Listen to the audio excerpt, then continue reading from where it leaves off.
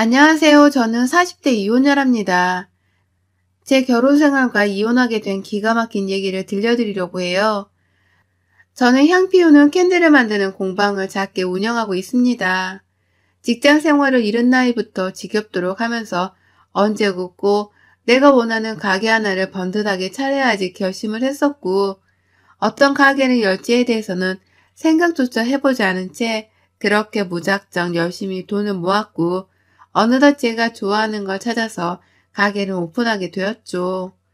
많지는 않아도 캔들을 만들고 싶어하는 수강생분들에게 타임별로 교육도 해드리고 하면서 운영을 했고, 나름 작은 규모에 비해서 높은 매출을 만지게 되어서 공방을 차린 것에 대한 만족도가 아주 높았습니다.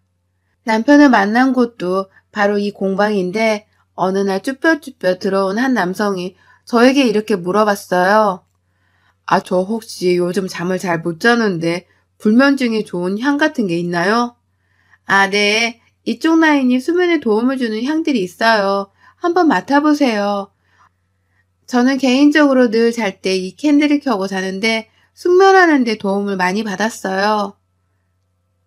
그렇게 불면증이 있다는 그 남자에게 제가 늘 잘 때 켜고자 하는 캔들을 추천해주면서 안면을 트게 되었고, 이 남자는 참 많이 힘들어 보였습니다. 스트레스, 불면증, 불안, 이런 감정을 해소해 줄 수 있는 캔들만 찾았고, 어느덧 원래 가게에 없던 향의 캔들이지만 그 남성에게 추천을 해주고자 향을 찾아서 정성을 다해 만들고 있는 제 모습을 발견했죠. 그렇게 자연스레 연인으로 발전했고, 만난 지 2개월이 조금 넘어가는 시점에 남편은 저에게 이런 말을 했습니다. 사실 당신한테 말하지 못한 게 있어. 그런데 더 늦으면 안 될 것 같고, 지금 내가 당신을 너무 사랑하고 미래를 함께하고 싶은 마음이라 어렵지만 털어놓으려고 해. 뭔데? 말해봐.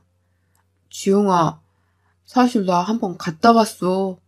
1년 정도 결혼생활 유지하다 결국 이혼을 했는데, 1년 동안의 시간 내내 지겹도록 싸웠고 배우자가 외도를 밥 먹듯이 했고 집안에 아예 신경을 쓰지 않았던 사람이야. 결국 그렇게 이혼을 하게 되었어. 당신한테 바로 말하지 못한 건 너무 좋은 사람인데 나를 떠날 것 같아서 자꾸 망설이다 보니 이렇게 돼버렸어. 미안해. 그치만 당신이 받아들이기 힘들면 날 떠나도 절대 원망하지 않을게. 그럴 자격도 없고. 그럴 수 있지. 그치만 진작에 처음부터 말해줬으면 좋았을 것 같아. 이미 내가 당신에 대한 마음이 큰 상황인데 이제 와서 뭘 어쩌겠어. 그치만 지영아, 내가 정말 잘할게. 정말이야, 믿어줘. 그래, 믿어. 내가 당신을 모르는 것도 아니고. 그렇게 1년후 2년을 만나다 저희는 결혼하게 되었어요. 물론 이혼남이라는 타이틀 때문에 저희 집에선 약간의 반대가 있었지만, 남편이 저희 부모님께 보여준 확고함에 마음을 열게 되셨고 신뢰하게 되셨습니다. 저희가 잘 사는 모습만 보여주면 된다고 생각을 했고, 그렇게 저희는 잘 살아보기로 했죠. 시댁에서는 저를 약간 그저 그렇게 정말 미지근한 반응으로 대하셨어요. 니네 왔니? 지영이는 잠깐 나 좀 보자. 네, 어머님. 내가 한번 당해봐서 그런데 몇 가지 좀 물어볼 게 있어서 따로 불렀어. 얘는 언제 나올 생각이니? 그리고 바람 펴본 적은 없지? 아이는 승우 씨랑 상의를 더 신중히 해볼게요. 그리고 바람은 당연히 없죠. 기분 나쁘게 듣지 말아라. 너도 알다시피 승훈이 전처가 바람을 그렇게 밥 먹듯이 피워서 내가 친절머리가 나서 물어보는 게야. 그리고 만약에 이혼하게 되면 재산 분할이랑 이런 거는 미리미리 철저하게 해야 돼서 그런데, 너가 잘못해서 이혼하게 되면 땡전 한 푼 없이 나갈 자신도 있지. 그런 걸 서류화해야 해. 증거로 남겨야 하거든. 어머님, 저희가 이혼을 왜 해요? 그런 게 뭐가 필요 있겠어요? 아이고, 승훈이 선처랑도 그랬어. 둘이 평생을 사랑하네 뭐네. 절대로 헤어지지 않을 거며 평생을 함께 한다고 난리를 쳐놓고 저렇게 헤어졌잖니. 그리고 쟤네 헤어질 때도 아주 시끌시끌했다. 그래서 그러는 거야. 무슨 말씀인지는 알지만 어머님, 그럴 일 없으니 걱정 마세요. 아니, 이제 막 결혼한 새댁한테 저게 과연 할 소리인가 싶었지만 전처가 진짜 오죽했으면 이럴까 싶기도 했어요. 남편한테 들은 게 있으니 진짜 전처가 장난 아니었다는 생각이 들었지만 솔직히 제 앞에서 전처 얘기를 하는 상황 자체가 유쾌하지는 않아서 남편을 통해 주의를 부탁했죠. 그 이후에는 잘 안 하는 듯 했지만 은근슬쩍 전처가 등장했고 서로가 서로의 비교 대상이었습니다. 아유, 지영이 너는 손으로 하는 건 다 잘하나 보다. 저번에 너가 선물해준 그 캔들 있잖니. 그거 친구들한테 줬더니 정말 너무 좋아하더라. 아, 다행이에요. 어머님, 다음에 친구분들이랑 한번 오세요. 캔들 만드는 거 도와드릴게요. 생각보다 어렵지 않고 재밌어서 좋은 시간 되실 거예요. 아유, 그럼 좋지.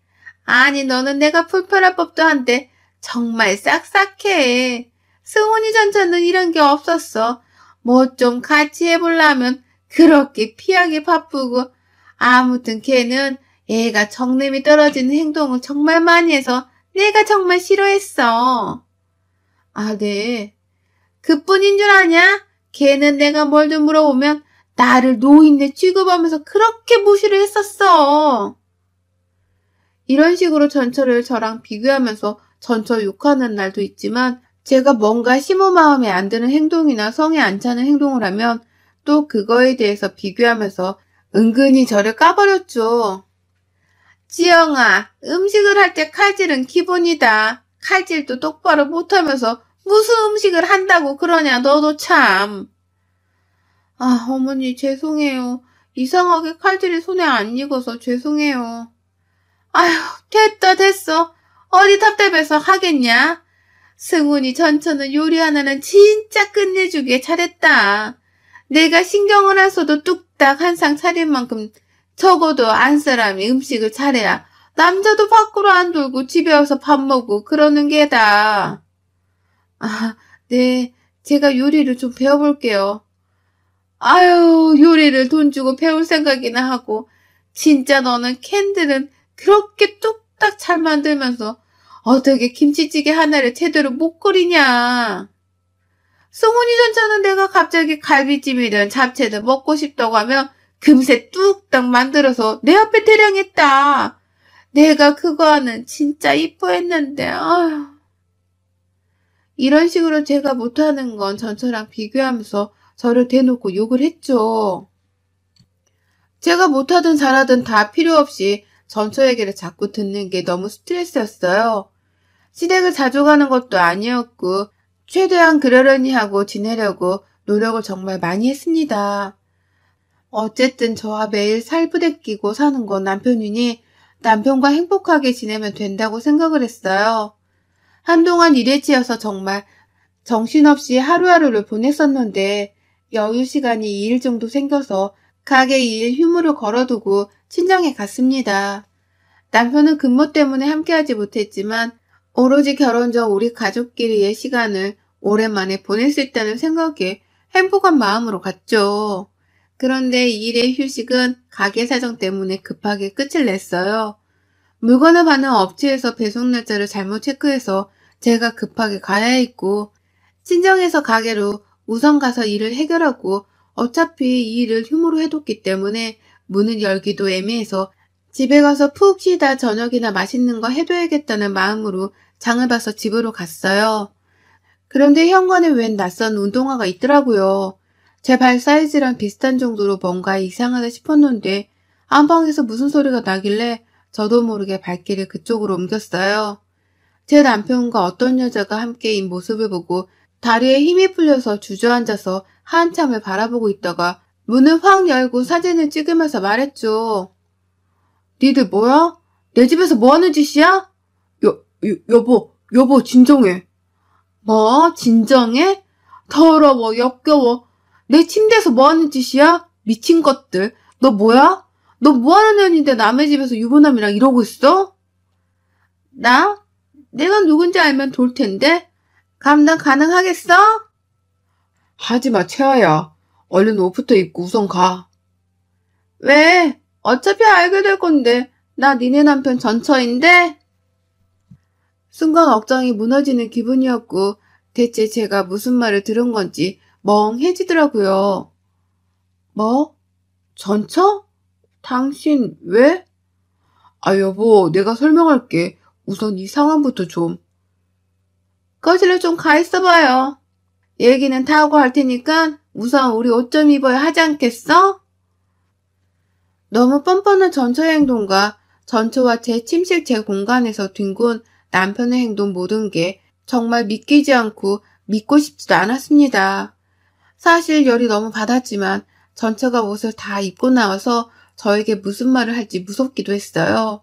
제가 그걸 잘 멋지게 받아쳐낼 수 있을지, 바보같이 당하는 건 아닐지 별의별 생각을 다 하면서 기다렸고, 옷을 입고 나온 전처는 저에게 너무 당당하게 말했죠. 원래 남자라는 동물들이 그래. 예쁜 거, 젊은 거? 뭐 그런 거는 진짜 잠깐이거든.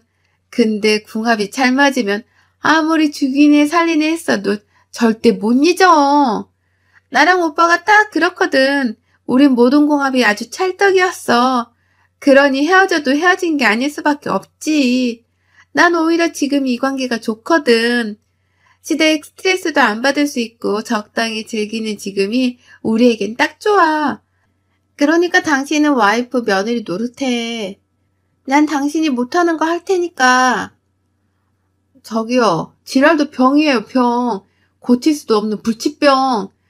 진짜 지금 말 같지도 않은 소리를 나불거리는 거 본인도 알죠? 정말 상대할 수가 없을 정도로 개차반이네. 그래. 개차방 그것도 좋고 지랄병도 다 좋아. 있잖아. 난 그쪽이랑 다르게 잃을 게 없어서 그런가 딱히 욕을 해도 화가 안 나. 그니까 마음껏 해. 마음껏. 어차피 그래봤자 속 타는 거 본인일 거니까. 아무튼 확실히 정리하자면 난 그쪽 자리 넘볼 생각 하나도 없으니까 안심하고 우리 관계 방해는 하지 마. 경고하는데 방해하는 순간 재밌어질 거야. 오빠, 나 갈 테니까 마누라 진정 잘 시키고 모레 보자. 야, 이씨. 너 진짜 그만해. 얼른 가. 이래놓고 제 눈앞에서 제 남편에게 볼뽀뽀를 하면서 제 눈을 뚫어지게 쳐다보고 집으로 가더라고요. 바로 머리채를 휘어잡고 싶었지만 너무 뻔뻔하게 구는 저 여자의 모습에 이성을 잃으면 제가 진다는 생각이 들어서 행동하지 못하고 저 여자가 나가자마자 남편의 뺨을 후려쳤습니다. 고작 네 입으로 입이 닳도록 욕하던 개쓰레기 전처랑 놀아난 거야? 내 집 내 침대에서 뒹구니까 스릴 있고 좋았니? 내가 내일 올 줄 알고 전처랑 일했던 거야? 너 대체 언제부터 이런 거야? 아니, 지영아, 그게 아니라 처음엔 나 결혼한 소식 듣고 자꾸 연락이 왔었어. 술 먹고. 근데 무시하다 하루는 모르는 남자가 전화가 와서는 채아가 술을 너무 많이 마셨는데 나를 너무 찾는다길래 갔었지. 근데 그날 그런 일이 생겼고 진짜 자책하면서 두 번 다시 반복하지 않으려고 했는데 채아랑 솔직히 그래 진짜 미안하지만 솔직해질게. 채아 말이 맞아. 모든 궁합이 너무 잘 맞아. 잊혀지지가 않아. 더 솔직하게는 당신이랑 뭔가를 할 때마다 비교가 되더라고. 나도 모르게 진짜 미안해. 당신 지금 상처받고 충격 큰 거 알지만 거짓말은 나쁘잖아. 이 미친 인간아. 거짓말은 나쁘고 지금 이 상황은 안 나쁘니? 그럴 거면 왜 나랑 결혼을 해? 니들 둘이 재결합을 하지. 잘 살고 있는 나를 왜 꼬셔서 나랑 결혼을 왜 했어? 너 전부인 아직도 좋아하지? 내가 채아를 정말 많이 사랑했어. 그러니 바람을 피든 뭐라든 절대 헤어지지 못하고 변할 거라고 믿고 기다렸지. 바람을 피든 뭐라든 우리 관계는 늘 뭔가 암묵적으로 딱딱 해내는 것들이 있었고 그걸 호흡이라고 하겠지? 사실 그런 게 너무 정확했고 모든 면에서 채아는 좋았어. 한 번의 실수가 결국 감정을 극대화시킨 것 같아. 그치만 나 지영이 너 진심으로 사랑해. 채아는 과거형이고 솔직히 그 궁합이 너무 센 거지. 당신은 현재형이야. 결국 현재 내가 사랑하는 건 당신이라고. 와, 너 진짜 뚫린 입이라고 막 내뱉는구나. 전처에게도 남편에게도 너무 치욕스러울 정도로 뻔뻔한 얘기를 듣고 멘탈이 완전히 무너졌던 날이에요. 도저히 제가 왜 이렇게까지 살아야 하는지 모르겠을 정도였고 아무 생각이 들지를 않았죠. 그렇게 남편과 저는 2주가량을 한마디도 하지 않은 채 지냈고 저에게 생각할 시간이 필요했던 것 같아요. 이 와중에 명절이 다가와서 우선 할 건 해야 하니 시댁에 갔어요. 시댁 가서 뒤집을까 싶기도 했지만 제 생각 정리가 우선이라 뒤로 미루려고 했는데 시댁에 갔더니 그 여자가 있더라고요. 정말 이건 또 뭐지 싶었는데 어머님이 그러셨습니다. 지영이 왔니? 아니 대충 얘기는 다 들었는데 아유 사실 뭐 지영이 너가 요리는 할 줄 아냐? 나 혼자 하려니까 보통 힘든 게 아닌 거지. 근데 또 채아가 고맙게 먼저 연락이 와서 같이 전이랑 붙여준다고 해서 뭐 겸사겸사 오라고 했다. 어머니, 이게 지금 뭐 하시는 거예요? 지금 전처에 현처 두고 명절을 보내시려고요? 욕심도 많으시네요. 정말 제 눈치 안 보이세요? 당신 아들이랑 이혼해도 괜찮으신 거예요? 어쩌면 이럴 수가 있어요, 대체? 예, 말이 나왔으니 하는 말인데 이혼을 하든 말든 그거야 니들 사정 아니니? 그리고 막말로 니들이 이혼을 해봤자 채아가 눈 감고 다시 승훈이랑 체결해볼 생각이 있다고 하는데 그럼 뭐 서류상에도 딱히 문제될 게 없지. 보면서도 믿기지 않았던 전날의 상황은 정말 드라마 속 무슨 여주인공이 된 마냥 멘탈을 흔들어 놨습니다.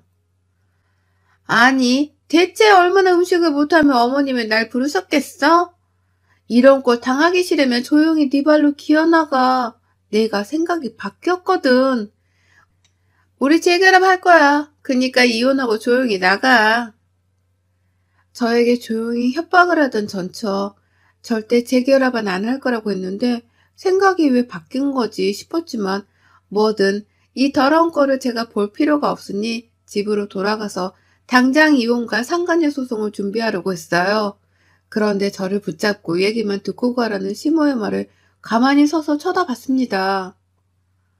채아랑은 이미 말을 하긴 했는데 솔직히 지영이 네가 날 뭐라고 욕하든 난 상관없고 난 손주가 그렇게 보고 싶다고 말했는데 니들은 아직 소식도 없고 준비도 안 하고 그래서 내가 채아한테 말했다. 임신하면 내 건물 하나 쥐어준다고. 이건 지영이 너한테도 적용되니까 네가 우리 승훈이랑 살고 싶으면 임신해. 그래야 인정해 줄 거야. 그러니까 지금 저 여자랑 저 중에 먼저 임신한 사람한테 건물을 주고 며느리로 인정해준다는 개소리를 짓거리시는 거예요? 이거 완전 무슨 콩가루 집안도 아니고 미친 것들 사이에 있으니까 내가 미친년이 될 것 같네. 진짜 더러워서 대화 자체를 못하겠으니까 쓰레기들끼리 뭉쳐서 냄새 풍기면서 사세요.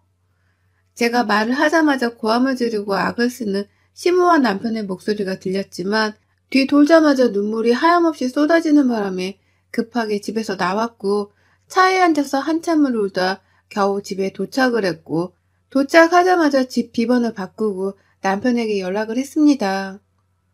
이혼해. 짐은 내가 시댁으로 사람 불러서 보낼 테니까 근처에 얼씬도 하지 마. 사람을 불러 시댁에 짐을 보냈고 상간녀 소송에 이혼까지 했지만 모든 비용을 남편이 부담하는 탓에 타격이 하나도 없던 전처가 굳이 제 공방으로 찾아와서 제 속을 뒤집어 놨습니다. 초음파 사진 한 장을 주면서 이렇게 말하더라고요. 지영이랬나? 너도 참 불쌍하다. 어쩌다 우리 사이에 껴서 이런 꼴을 당해? 그러게 적당히 연애만 즐기지 바보같이 덜컥 결혼을 왜 해? 참, 나 임신했어. 아이 낳으면 약속대로 건물 받기로 했고 나중에 우리의 돌잔치 때 부르면 와. 작은 엄마라고 소개하면 되겠네. 앞으로는 두 눈 잘 뜨고 남자 조심해. 그러다 또 당할라. 원래 천박하고 싼 것들은 입을 열면 티가 나. 못 배운 티. 할 줄 아는 게 몸 굴리는 것밖에 없으니 협박도 그런 쪽으로밖에 못하지? 그리고 이 말은 알죠? 끼리끼리 어울리는 법이에요. 쓰레기 옆엔 쓰레기가 있어야지. 내가 가서 미화를 해주려고 해도 안 돼. 왜? 이미 쓰레기니까 한계가 있거든. 쓰레기사에서 나오는 애도 결국 쓰레기겠지. 잘 키워. 사회의 악이 되지 않게. 뭐? 이게 근데 어디서 입을 돌려? 야, 죽고 싶어? 시끄러. 넌 나한테 그렇게 퍼보면 뭐 재밌니? 즐거워? 난 진짜 쓰레기랑 상대하는 게 너무 스트레스 받아. 수준 떨어져서. 그니까 제발 찾아오지 말고 쓰레기장에 가서 뒹굴면서 그렇게 살아. 나한테 와서 냄새 풍기지 말고. 이렇게 문전박대를 하고 뒤늦게 초음파 사진이 보이길래 유리문을 사이에 두고 손으로 사진을 빡빡 찢어서 쓰레기통에 버리고 뒤돌았죠. 그 뒤로는 절대 나타나지 않았고 이미 뭐 이혼이고 소송이고 싹 마무리가 되었던 시점이라 저는 제 결혼 전 원래 제 생활로 돌아가서 후회도 하고 반성도 해보고 욕도 해보고 여러 감정을 느끼며 다스리며 공방을 운영했습니다. 아이를 낳았다는 소식을 들었고 그래 알아서들 잘 살아라. 내 눈에만 띄지 말고 이렇게 생각을 했는데 얼마 안가 갑자기 시무의 전화와 문자가 오기 시작했습니다. 대체 이게 무슨 일인가 싶었는데 이어 남편에게도 막 전화가 오길래 진짜 당황스러웠고 그들의 연락을 받지 않은 채 바로 차단을 해버렸고 뭔가 찝찝했어요. 그런데 남편과 시무가 제 공방으로 찾아왔어요. 정말 너무 당황스러웠고 따져 물었죠. 아 뭐야? 왜 왔어? 갑자기 왜 이래? 세아가 내가 진짜 미안했다. 노망나서 그래. 제정신이 아니었어. 용서해다오. 지용아, 진짜 제발 나 한 번만 용서해주라. 내가 정말 평생 너만 보고 그렇게 살게, 제발. 아우 그니까 갑자기 이러는 이유가 뭐냐고. 소름 끼쳐서 죽을 것 같아. 아니 글쎄 그 미친 기집애가 임신한 게 승훈이 애가 아니었지 뭐냐. 영악한 게 손주를 핑계로 내 자산을 뜯어볼 속셈이었던 게지. 그래도 뜯기기 전에 뭔가 이상해서 유전자 검사를 해본 게 다행이지. 안 그러냐? 지금 그래서 그 여자는 다시 미친년이 된 거고 다시 제가 며느리 자리로 들어오라는 말씀이신 거죠? 예, 그래 맞다. 아무렴 내가 진짜 미쳤었지. 너희 다시 재결합하면 내가 그 건물은 너한테 그냥 바로 주마.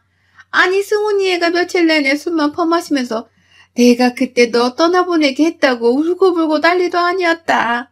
네가 힘들겠지만 마음 한번 예쁘게 써봐라. 진짜 미친 소리들을 하고 있네. 안 나가 둘 다? 경찰에 신고하기 전에 꺼져. 내 눈앞에 보이지 말라고 경고했지?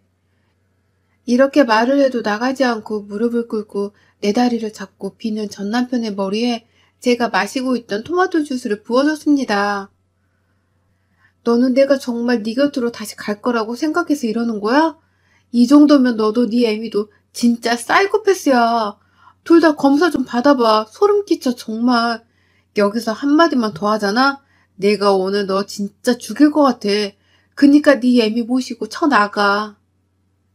본인 아들에게 주스를 부으니 소리 빽빽 지르며 그제서야 본색을 드러내는 신모에게 한마디 해줬죠. 결국 당신 귀한 아들 인생 조지는 건 그쪽이에요. 그쪽. 제발 정신 좀 차리고 사세요. 그리고 진심이니까 둘이 꼭 사이코패스 검사 받아보고. 그 길로 문까지 확 밀어버렸고 둘은 씩씩거리면서 사라졌죠. 정말 그게 마지막이었습니다. 연락처도 싹 바꿨고 가게는 바꾸는 게 쉽지 않아서 바꾸지는 못했지만 찾아오진 않았어요.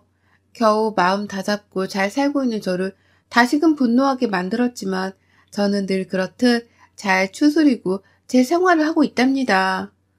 여러분은 그럴 일이 없으셔야겠지만 전 배우자랑 확실하게 정리가 된 건지를 제대로 살펴보세요. 저처럼 당하지 마시고. 여러분의 생각은 댓글로 남겨주세요. 오늘도 시청해주셔서 정말 감사합니다.